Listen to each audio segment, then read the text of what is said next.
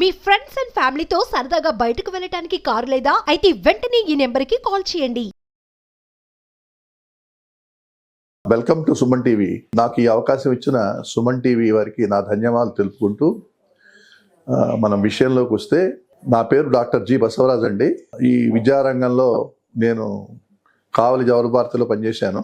అక్కడ 20 సంవత్సరాల పాటు అక్కడ లెక్చరర్గా, రీడర్గా, హెడ్ ఆఫ్ ది డిపార్ట్మెంట్గా వర్క్ చేశాను. తర్వాత ప్రస్తుతం రిటైర్ అయిన తర్వాత కొన్ని కాలేజీలకి, కార్పొరేట్ కాలేజీలకి అడ్వైజర్గా కూడా ఉన్నాను. అటు ఇంటర్మీడియట్ పిల్లలతో, డిగ్రీ పిల్లలతో, కాస్త రీసెర్చ్తో కూడా నాకు ఉండేటువంటి అనుబంధం ఈ 43 సంవత్సరాల నుంచి. దాన్ని బేస్ చేసుకొని మీకు కొన్ని విషయాలు చెప్దామని ప్రధానంగా నేను ఉద్యుక్తుడైనాను.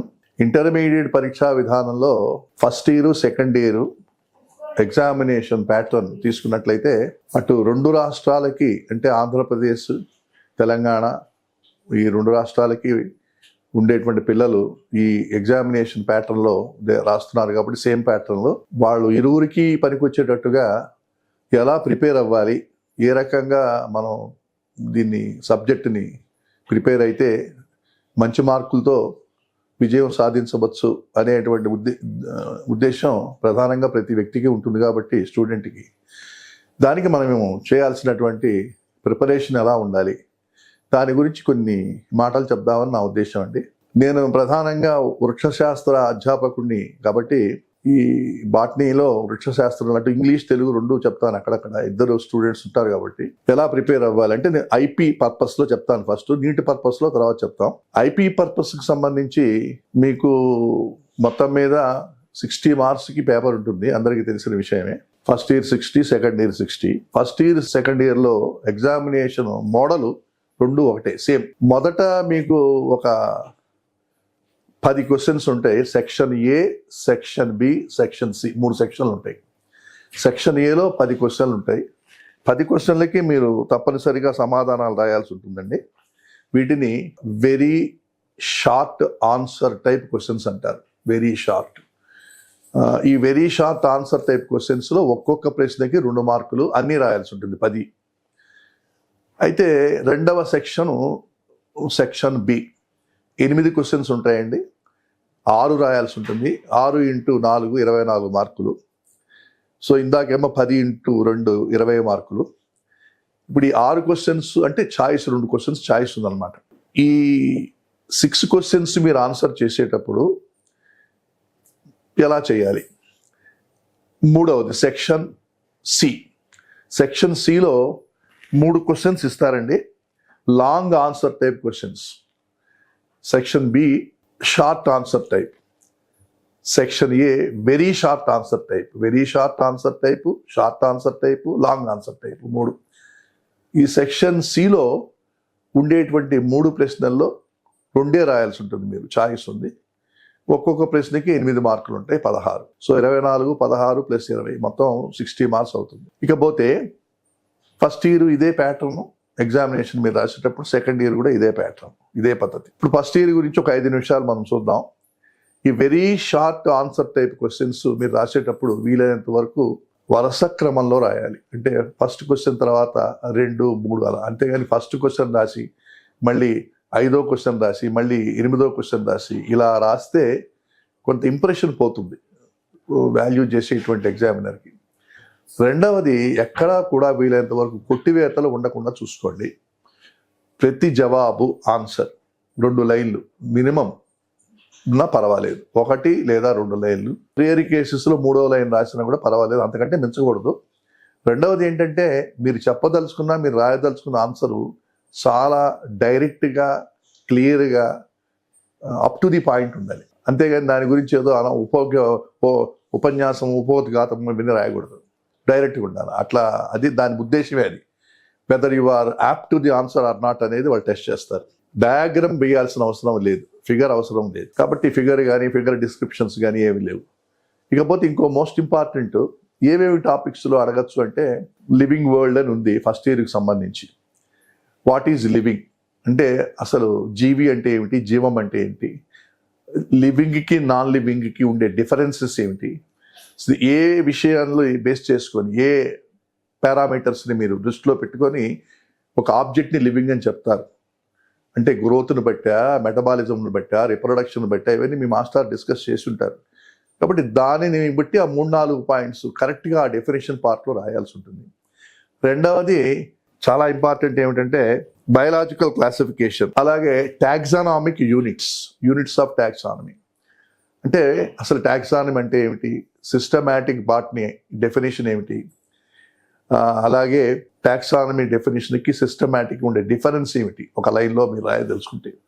ఇక రెండవది మోస్ట్ ఇంపార్టెంట్, జీనస్ అంటే ఏమిటి, స్పీసీస్ అంటే ఏమిటి, ఫ్యామిలీ అంటే ఏమిటి, ఏ పాయింట్స్ని బేస్ చేసుకొని మీరు ఒక జీనస్ని డెఫినేషన్ ఏమిటి, దాన్ని మనం జెనిరా, స్పీసీస్ వీటి గురించి డిస్కషన్ చేయాల్సి ఉంటుంది, రాయాల్సి ఉంటుంది. రెండవది ఏంటంటే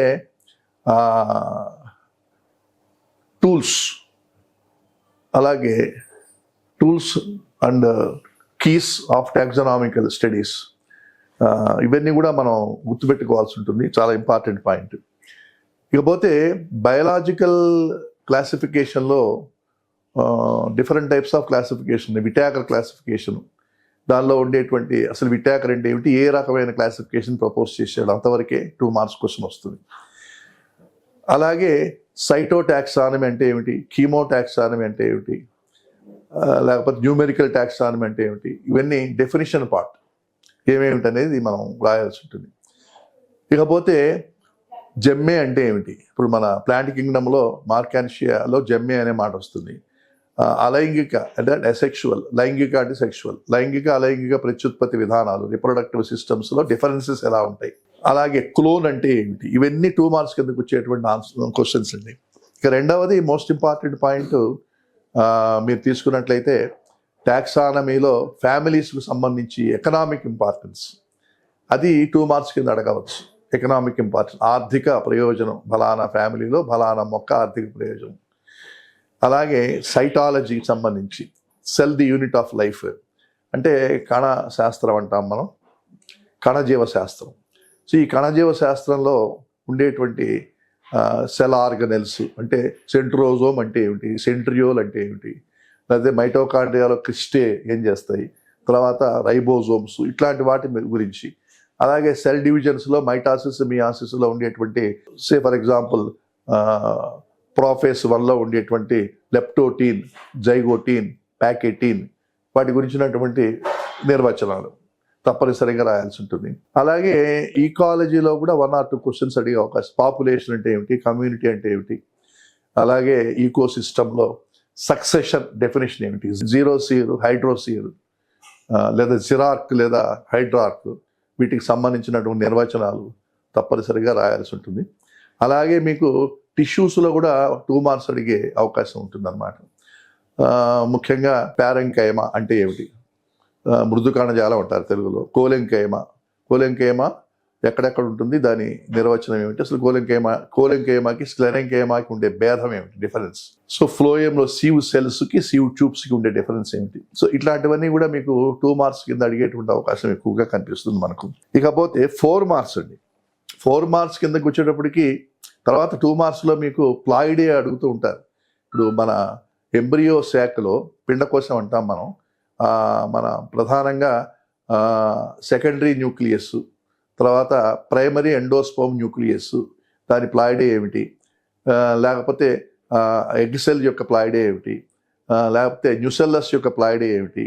సో మెగాస్పోర్ మదర్ సెల్కి మెగాస్పోర్కి డిఫరెన్స్ ఏమిటి, మేల్ గ్యామెటోఫైట్ అంటే ఏ స్టేజ్ వరకు మేల్ గ్యామెటోఫైట్ అంటారు, అసలు మేల్ గ్యామెటోఫైట్లో మొదటి కణం ఎవరు, who is the first cell of male gametophyte, ఇవన్నీ కూడా అడిగే అవకాశం ఉంటుంది. అలాగే డబుల్ ఫెర్టిలైజేషన్, ద్విఫలదీకరణం, ట్రిపుల్ ఫ్యూజన్, త్రిసంయోగం, వీటికి నిర్వచనాలు ఏమిటి, ఇవి కూడా మీకు 2 మార్క్స్ కింద అడుగుతారు. ఇక 4 మార్క్స్కి వచ్చేటప్పటికి ముఖ్యంగా జైలం కాంప్లెక్స్ టిష్యూ గురించి రాయండి 4 మార్క్స్, లేదా ఫ్లోయం కాంప్లెక్స్ టిష్యూ అంటే పోషక కణజాలము, దారు కణజాలం అంటాం మన తెలుగులో, వాటి గురించిన వివరణ. తర్వాత పెరిడెర్మ్ గురించిన వివరణ, పరిచర్మము లేదా పెరిడెర్మ్ గురించిన వివరణ, టిష్యూ హిస్టాలజీకి సంబంధించినంత వరకు. ఇకపోతే రూట్ మాడిఫికేషన్స్లో ఏవైనా 1-2 మాడిఫికేషన్స్ గురించి అడగవచ్చును 4 మార్క్స్ కింద. అలాగే ప్రాఫేస్ కానీ మెటఫేస్ గురించి కానీ ఒక దశ సెల్ డివిజన్లో మిమ్మల్ని అడగవచ్చును. మెటఫేస్ని వివరించండి, లేదా చలన దశ, అంచెదశ, ప్రథమ దశ, ఇవన్నీ తెలుగు మీడియంలో ఈ మాటలు యూజ్ చేస్తూ ఉంటారు. ఇంగ్లీష్లో అయితే ప్రాఫేస్, మెటాఫేస్, ఎనాఫేస్, టిలోఫేస్ వీటి గురించినటువంటి వివరణ. అలాగే ప్రాఫేస్ 1కి ప్రాఫేస్ 2కి డిఫరెన్స్ మియాసిస్లో. తర్వాత సెల్ సైకిల్, G0 ఫేస్ అంటే ఏమిటి, సో వీటి గురించినటువంటి కొంత వివరణ మీకు 4 మార్క్స్ కింద రావాల్సి ఉంటుంది. అసలు సెల్ సైకిల్ అంటే ఏమిటి, అందులో G0 ఫేస్ గురించి వివరించండి అని అడగచ్చు, ఇంటర్ఫేస్ గురించి అడగచ్చు. సాధారణంగా ఈ 4 మార్క్స్ క్వశ్చన్స్లో మినిమం ఒక 5-6 లైన్లన్నా రాయాల్సి ఉంటుంది. రెండవది ఏంటంటే డయాగ్రామ్ అవసరం అయితే వేయాల్సి ఉంటుంది. 4 మార్క్స్కి 8 మార్క్స్ క్వశ్చన్స్కి డయాగ్రామ్స్ అవసరం అయితే వేయాలి.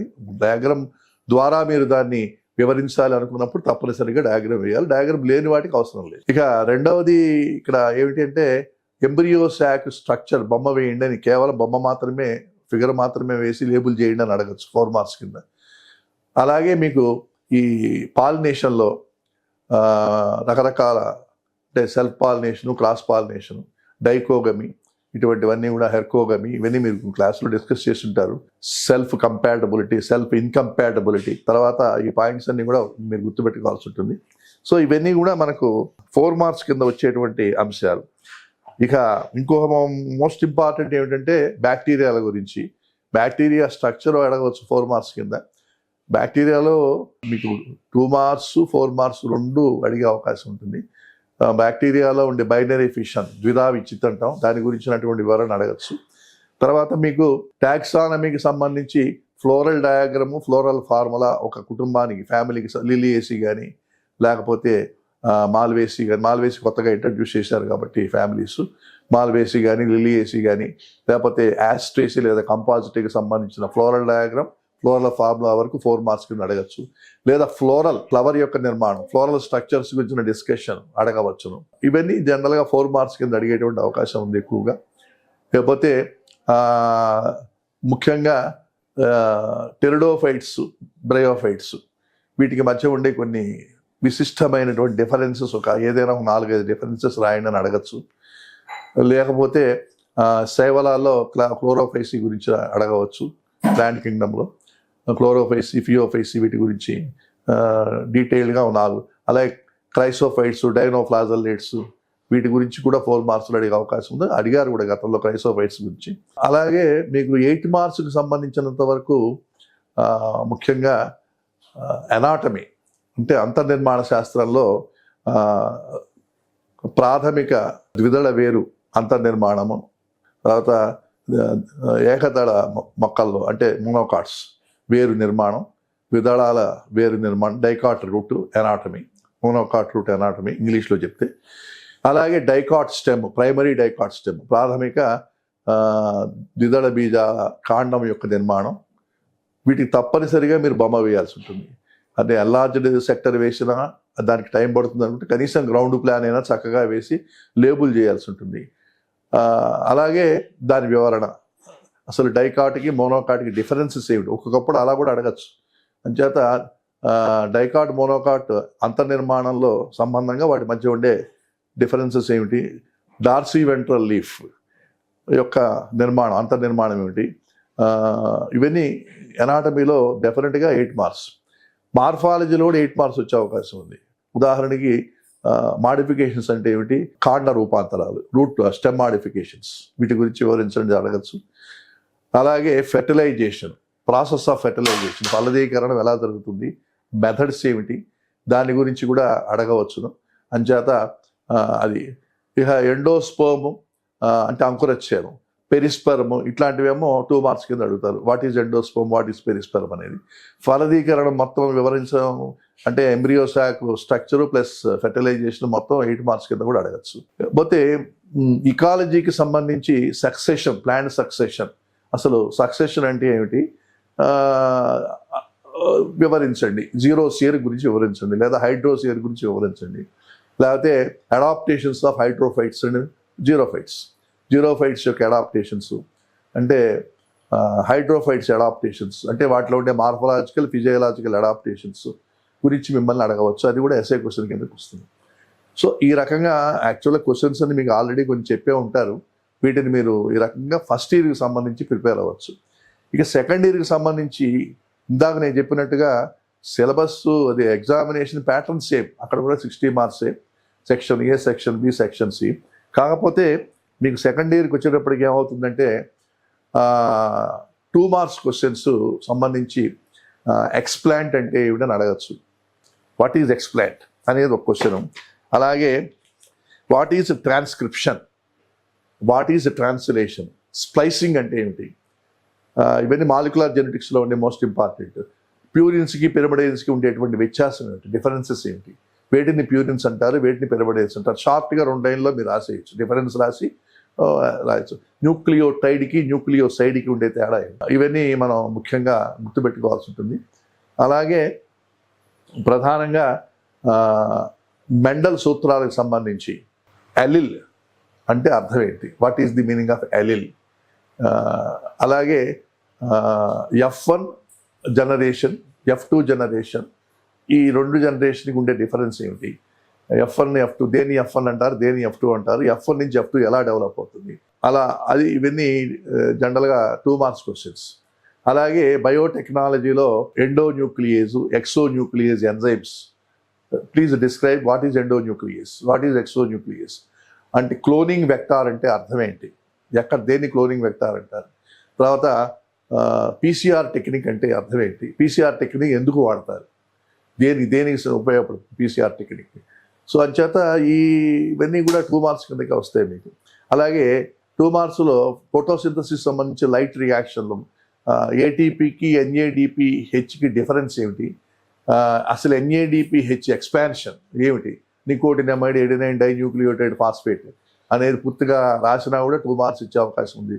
అలాగే మీకు వ్యానిల్ ఏం చెప్పాడు, వ్యానిల్ కాన్సెప్ట్ దేని గురించి మాట్లాడాడు.